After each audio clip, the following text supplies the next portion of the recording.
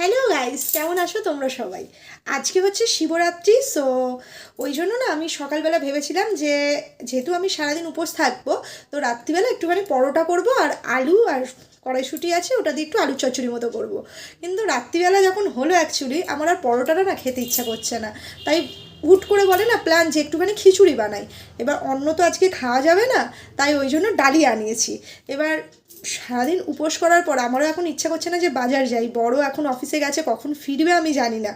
তো ওই জন্য আমি প্রথমবার মানে ওই ফ্লিপকার্টের যে আছে না 26 মিনিটসে জলদি ডেলিভারি দিয়ে যায়, ওইটাতে অর্ডার করিয়েছি।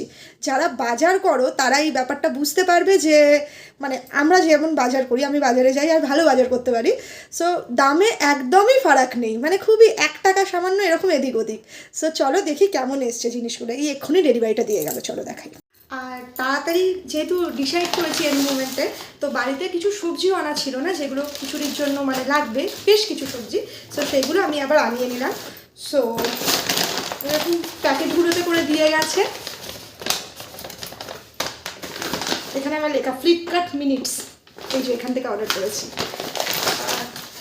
খুবই একদম রিজনেবল প্রাইসে।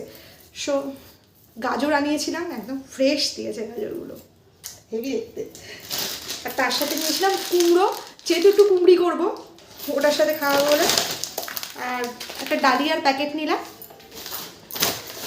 এই আলুটা 5 টাকা দিয়ে মাত্র অ্যাড অন করতে বলেছিল। সো আমি একটু এখানে আলু নিয়েছি, আর এখানে ব্যাগটাতেও পুরোটাই আলুই আছে। এই ব্যাগটা পুরো এক ব্যাগ। আর আলু যেটা বাজারে দাম নেয় সেটা এখানে সেম দাম। আর তার সাথে নিয়েছি এই কাঁচা লঙ্কা। আমার কিন্তু এক্সপিরিয়েন্সটা দারুণ। সো আপাতত এইটুকুই, টাটা।